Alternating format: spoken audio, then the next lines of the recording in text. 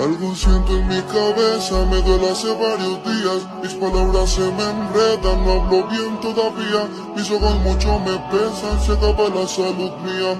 Y nunca pensé que caminar luego me costaría. Me decía un viejo, mientras sus ojos lloraban, de ya querer volar lejos. Mientras al cielo miraba, todavía recordaba cuando duro trabajaba. Y un derrame en su cerebro no lo dejó hacer más nada. Me comenzó a aconsejar, aunque pensar le costaba.